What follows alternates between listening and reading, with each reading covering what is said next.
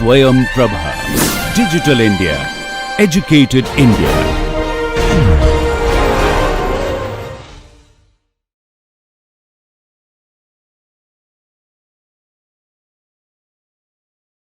The next problem is a beam with a uniformly distributed load, a simply supported beam. So as you see over here, you have a simply supported beam on top of which you have this uniformly distributed load. Maybe we call this load as, say, W. So it is W per unit length which is acting over here. Now for this beam we will derive the shear force and the bending moment diagram, and as we did previously, let's just draw two of the same beam. On one of them I'm going to draw the shear force diagram, and on the other one the bending moment diagram, right? Okay, now if you take a look at this beam, it is a very symmetric kind of a structure, and that first of all it tells you that RA is going to be equals to the total load acting on the beam is going to be a product of W times L. So the RA will be equals to WL over 2, and RV will be equals to WL over 2 over here, right? Now if you take a look at this beam, there are no discontinuities which are caused by any point loads acting in between. It's a beautiful symmetric structure where you have a load W throughout, so it doesn't really matter where you take the section along the length of the beam, right, to derive your shear force diagram and the bending moment diagram. So if we go ahead and maybe take a section anywhere at say a distance x from the left to the right, which is marked over here, and if I draw this part of the beam and try to write the equilibrium equations, what I get. So let's just go ahead and draw the beam again up to this particular point where here at the left end I have the reaction RA, that is WL over 2, right? I have this uniformly distributed load that is acting. This is my small w that is acting over here, and at the right end where I have cut this section, that section is at a distance x. So what I have over here is that from here to where I have cut this section, this one is at a distance x over here, right? So now if I am going to mark my shear force and the bending moment, since I am going from my left to the right, always remember the positive convention for the shear force is that I'm trying to rotate the beam in a clockwise manner. So this is going to be my V, right? And I'm trying to bend my beam into a trough or sagging. So this is my M. Again, I'm repeating this multiple number of times. This is the positive convention which you drew. When you solve the problem, when you try to work it out, these signs will take care of it themselves. So this is what you have initially marked based on your positive convention. The problem might tell you that V is negative, M is negative, and so on. So for this one, if we now try to write the equilibrium equation, so what we have over here is that so for V, so let's just try to write the equation for V.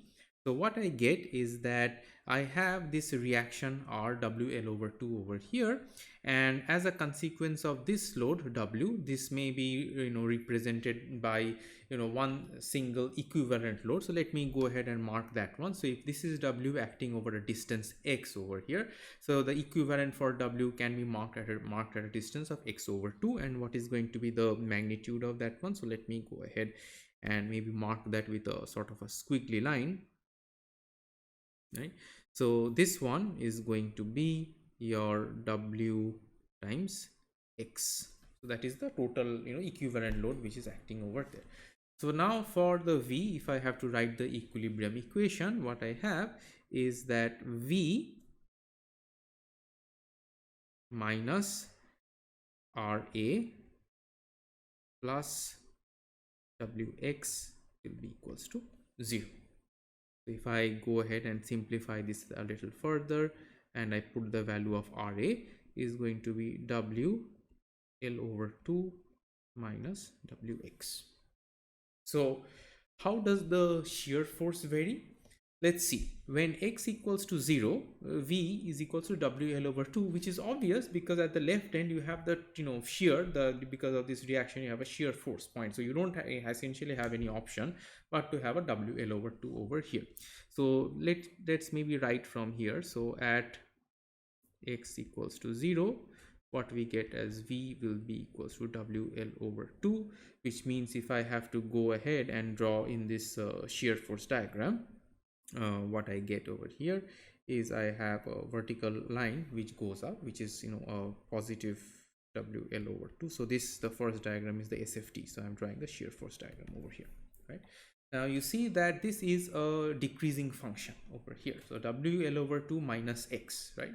So what happens and it's a linearly decreasing function that you have. So what happens when X goes from 0 all the way to the length L? So let's try to write that as well.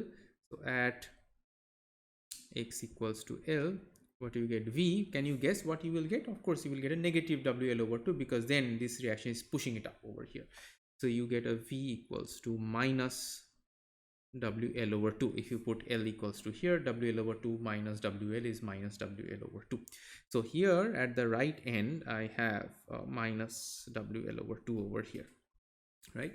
And in between, as you can understand, that it's a linearly decreasing function. So somewhere along the line it will be, it will cross the 0 point. And can you guess where? Yes, from the symmetry of the structure you can easily guess it is going to happen at L over 2, or otherwise you can do the differentiation and you can calculate where this, or not the differentiation, you can just equate this to 0 and you can find that at what X. So if you equate this to 0, you have WL over 2 equals to WX, so X becomes equals to L over 2.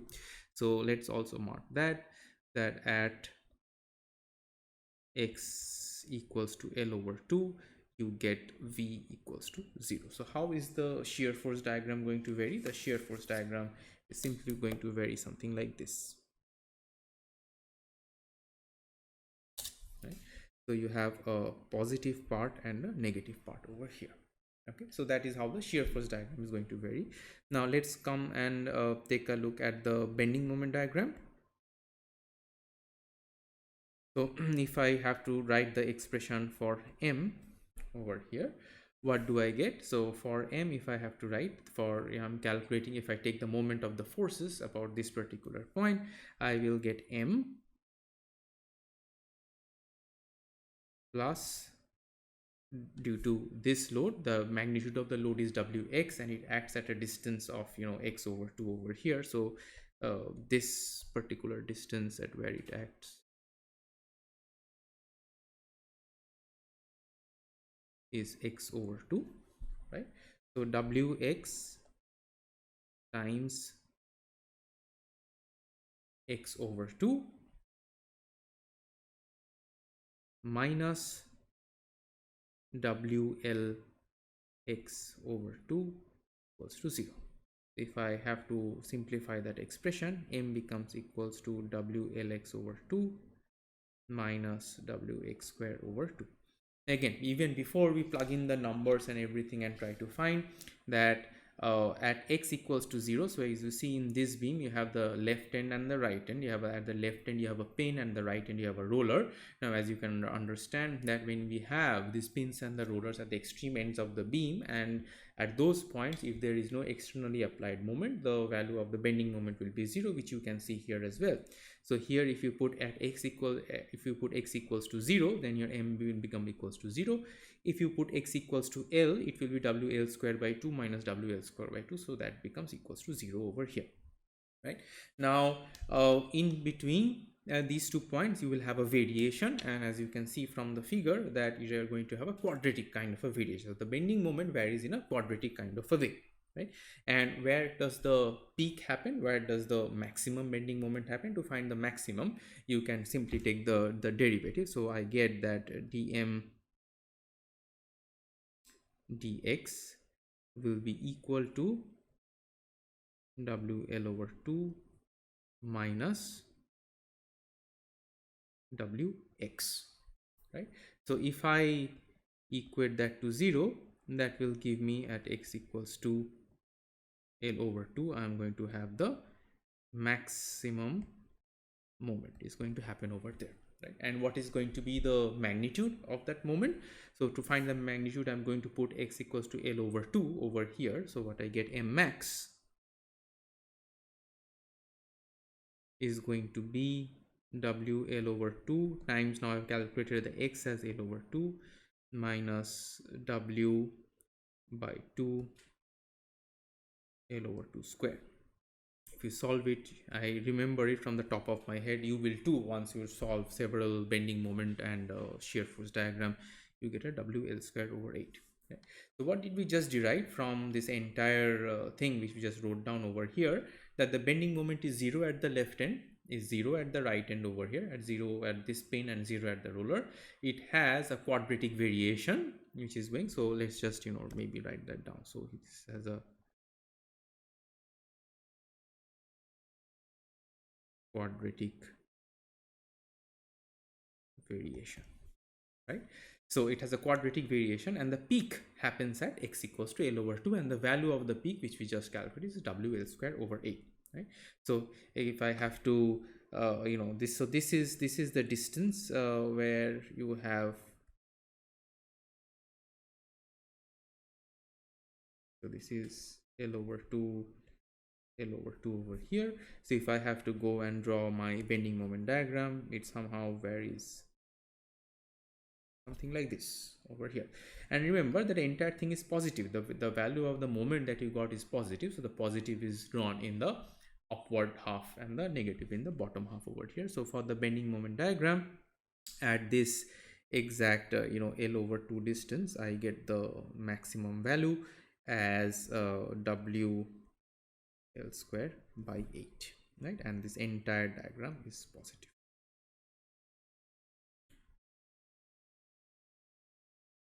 Right. So as you saw, for a beam with a uniformly distributed load, this is how the shear force varies over here, and this is how the bending moment varies. Now a couple of things which are takeaways which you should always note while solving these problems, that and which you will see intuitively makes a lot of sense as we progress in through the lectures in this topic. You see the maximum bending moment happens where the shear force is 0. So just make a note of that, why it happens and the reasoning behind that, and in what other cases similar situations arise. We'll take a look in one of the upcoming lecture topics, but just for the timing, just make a note. Also go back to your intuitive principles, that here since it's a pin and here you have a roller at the two ends, no externally applied moment, so here you're going to have the bending moment 0 as well. So I hope this particular problem example was clear. Let's move on to the next one.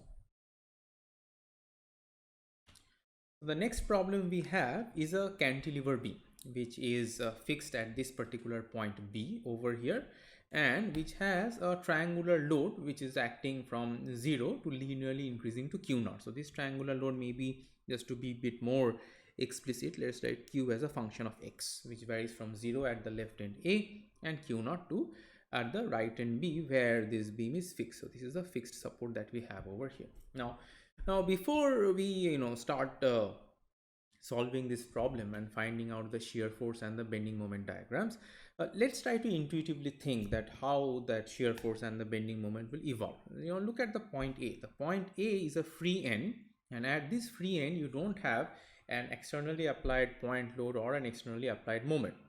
So that tells you that at the point A, the shear force and the bending moment must be equal to 0, right? So that is takeaway 1.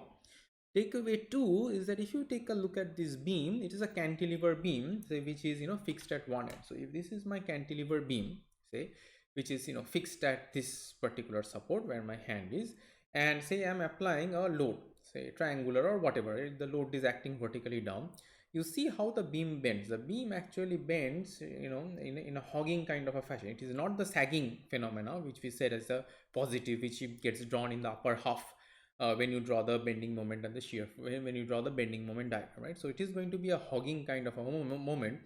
So the entire beam is going to deflect like this. So instead of being a trough, it is becoming a valley, something like this over here, right? So with those intuitive takeaways from this problem, let's try to solve it. Now one more thing before we start to solve. You see, this is a problem where again you have to apply your common sense. For here, if I am cutting the section, so here suppose to draw the bending moment and the shear force diagram, if I cut a section over here, right, at a distance x. Now for this problem, if I am going from left to right, it's much easier for me to solve than I'm going from right to left.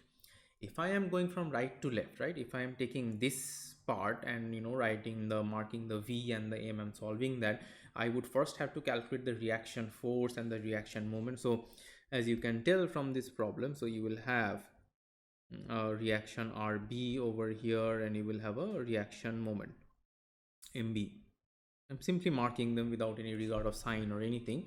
Later, if I have to find out, the problem will come out and tell me that what is going to be the RB, MB, and what directions they will take, right? But if you are solving from this right to left, you have to know these things in, and also you have to deal with a trapezoid kind of a loading. As opposed to if you're going from left to right, you have no forces, nothing acting over here. You just simply have the UDL, which you have to balance with the internal shear force and the internal bending moment, right? So let's go ahead and solve this problem. So as is customary, again, let us draw the beams, right, for on which we are going to mark the shear forces and the bending moments, right? So these are, on the first one I'm going to mark the shear force, and in the bottom one the bending moment.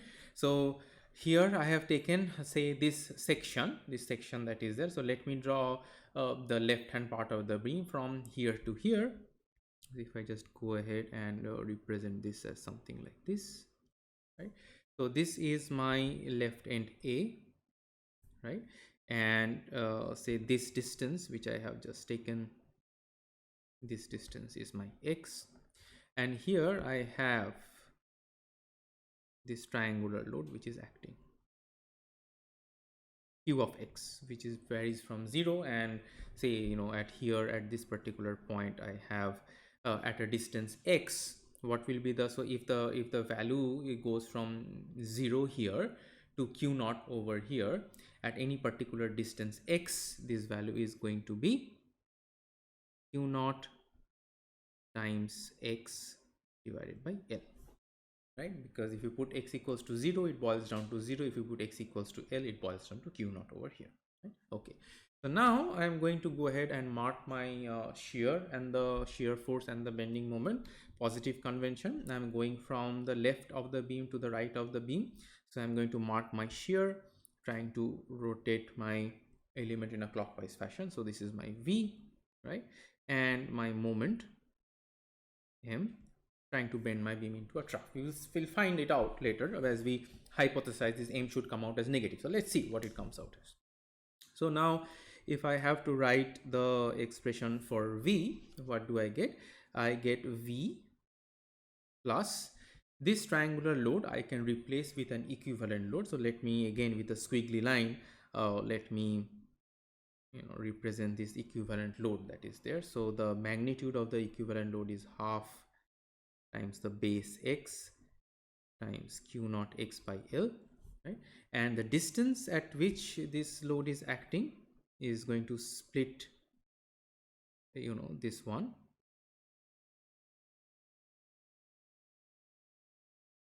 So this will be 2/3 of X for the triangle at the CG where it acts, and this will be 1/3 of X, right? So what I have over here, so for the V, so I'm just balancing the forces. I have this V and this equivalent load which I just wrote over here, plus Q naught X square by 2L will be equals to 0.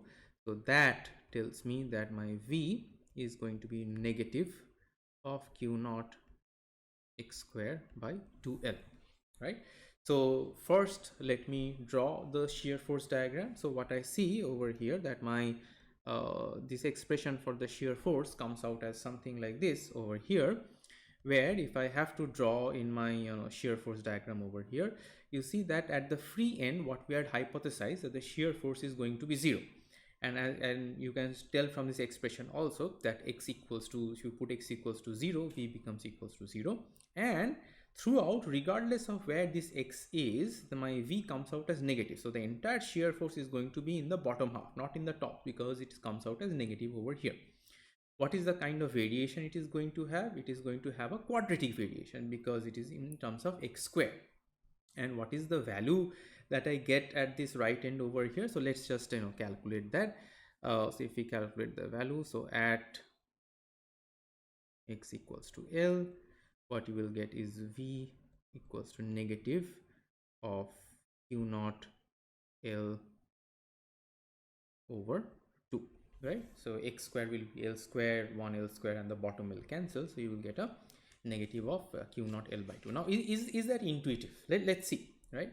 You are telling me that the shear over here is going to be q naught L over 2, so that must be actually equal to this reaction RB over here. So if we just solve from simple equilibrium, what do you get this RB as? RB is going to be the total equivalent load for this triangular loading which is acting, which is half times base times altitude, which is half times L times q naught, which is the same over here, q naught L over 2, right? So let's draw the shear force diagram. So how is the shear force diagram going to look like? It is going to start from 0 over here, and then it is going to go like this, right? So this is a quadratic variation that you are having. So let me maybe just write this as quadratic. This is curved.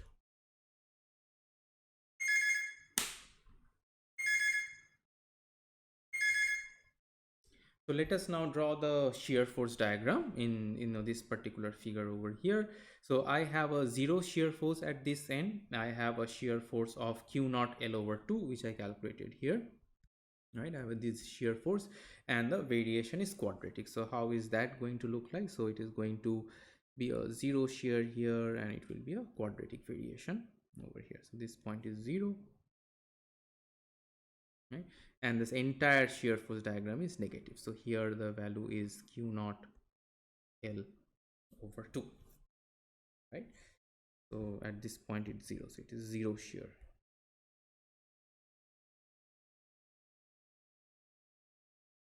right? Now let's talk about the moment, the bending moment. Let's just write the expression for the bending moment here as well. What we have is m